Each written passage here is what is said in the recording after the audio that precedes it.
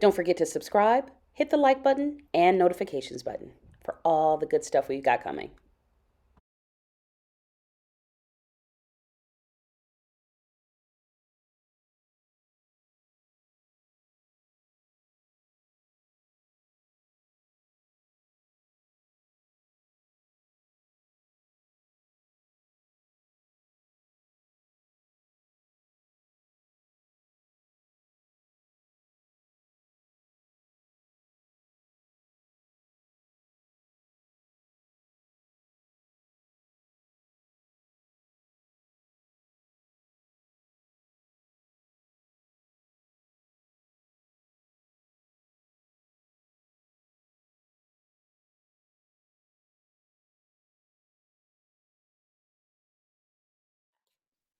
Um, I had gone to University of Detroit with John Pachalski, and sometime later, it was 1989, and John and I were working on some project together. I forget, and he said, "I'm going down to Detroit Repertory Theater to audition. You should come down. It's a big cast, and you're sure to get in." And I'm like, "Really? Sounds good." And he says, "And they pay." And I'm like, "And they pay? Fantastic." So that was Rhinoceros. Charlotte was in Rhinoceros as well. And Yes. Oh my right, God, a rhinoceros. Oh my God. right. And so there was like 15 or 20 people in there. It was a big, huge cast. So I got in. I played two roles. And remember, Charlotte, that opening scene when there was all everyone was on stage and we had to have all the lines work in and out of each other, line on top of line on top of line on top of line. It was maddening. You remember that? Maddening. Yes. Maddening. Oh my gosh. Oh my gosh. Good Right. memory, Harry. Well, it was maddening, and that stuff sticks with me. And I had two roles, and both of them, the acting was questionable in my case, I'll admit. And but it was a lot of fun. I had a scene with Mac Palmer, and oh, that was another complicated scene. John Pachowski and Bill Boswell were stage left, and Harry Wetzel and Mac Palmer were stage right. And we had two different scenes going on at the same time, and the lines had to interlace. Oi, it was Yes. terrifying. Right. And Yes. I was the most nervous I had ever been on any opening night. And then by the time the closing curtain came down, everything was fine. And I realized I had wasted so much energy on being so nervous. I was so, Barbara Busby, before the show, she came up and she looked at me. She says, "Are you all right?" And I'm like, "I'll be fine. I'll be fine. I'll be fine." And I wasted so much energy on getting so nervous, and the show went fine.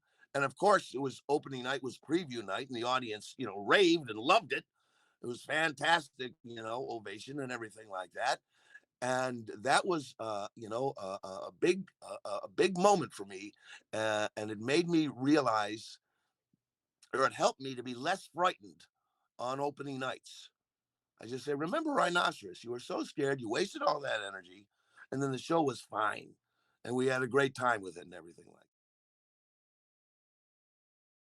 that. All that inner interlacing, interweaving dialogue, you know what I mean? I don't know how we got through it, but we did every night. It was fantastic. But sure, that was the first experience there, and that was in 1989, or was it 88? But like that, and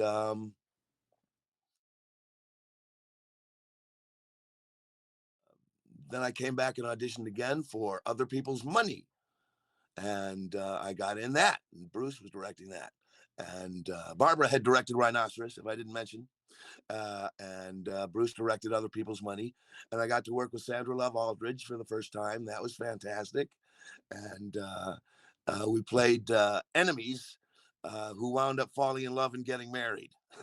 It was fantastic. And I got to eat donuts on stage. That was the deal. I played Larry the Liquidator, and I had to eat donuts. I had to eat 3 or 4 donuts every night. And I tell you what, I enjoy donuts, but after that show closed, I never had a donut for years. I didn't. I wound up working as a technician. I was working with Bruce Milan and Dick Smith, and the three of us were working in the shop building the sets. Bruce Milan called me on in 1996 as technical sport, shall we say? And the three of us built many sets together. That was a great deal of fun. And I got along with Dick Smith, Richard Smith, a fantastic gentleman, and he and Bruce knew each other from years and years before. So Dick knew how to work with Bruce. Bruce would give us the plans, and he would explain it to us, and Dick and I would look at each other, and then Bruce would leave, and he'd go up to the office to do his stuff, and he'd leave Dick and me to build the set. And Richard would turn to me and he says, "All right, I think this is what Bruce meant. And this is what we're going to do." We'd put the show together. We'd put the set together. Bruce would come down and Dick would say, "Ta-da!" And everything was fine. And so I worked with those gentlemen for years and years and years until Dick retired to Mexico City. He got sick of the cold, and he liked the warmer climes. They had a place in Texas and in Mexico City. So and Bruce retired, not retired, retired from building the sets, and he just went up to the office and left me pretty much on my own to build the sets, and I've been building them on my own since 1999. Love it. I love it. It's it's something that I design it and build it and paint it and prop it and set dress it. A great deal of the time I get a great deal of help from the cast and the stage manager, who's ever stage managing for me. When I started as tech director, which is pretty much what happened, I stopped acting. I was in Angelique in 1999. That was the last time I was on stage until Leah cast me as Karl Marx in Capital. And that was, in 2017 already ago. Right. And I also direct. I direct almost every season. I don't get one every season. I never count or take for granted that I'm going to gig. I'm always grateful whenever I get a directing gig. It's fantastic, and I love doing that. It's so exciting, and you don't have to have performance anxiety. I stage manage too, and I love stage managing as well because you don't have to have performance anxiety. It's fantastic. You sit backstage with the script and you just follow along and push the button every now and then. It's fantastic. You run around backstage. Sometimes there's a lot of props that you have to deal with. That's fine. But you go backstage and you tell the actors what time it is, and then you go sit down and they do all the work. It's fantastic. I don't have to be nervous. I'm always very nervous tech week. And as a stage manager, I'm very nervous not as nervous as I used to get, but I get a little bit anxious on opening night because because it's all about timing, and you want push all the buttons at the appropriate time, and eventually it's like second nature, and that's terrific. It's my home, and the Detroit rep. Little did I know when John Pachowski said, "Come on down. You audition. You're very likely to get in because there's a big cast." Little did I know that it would be the place where I spent the rest of my days. More days to come. I'm not trying to say anything. Many more days to come. But I love it here, and I love the people, and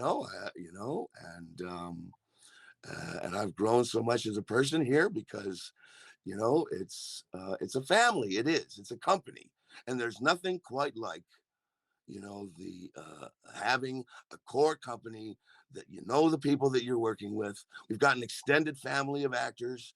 You know what I mean? We've got a core company and we've got an extended family. You know what I mean? And we know each other. It's nice to bring new people in, and we like to bring new people in every season. That's very exciting too.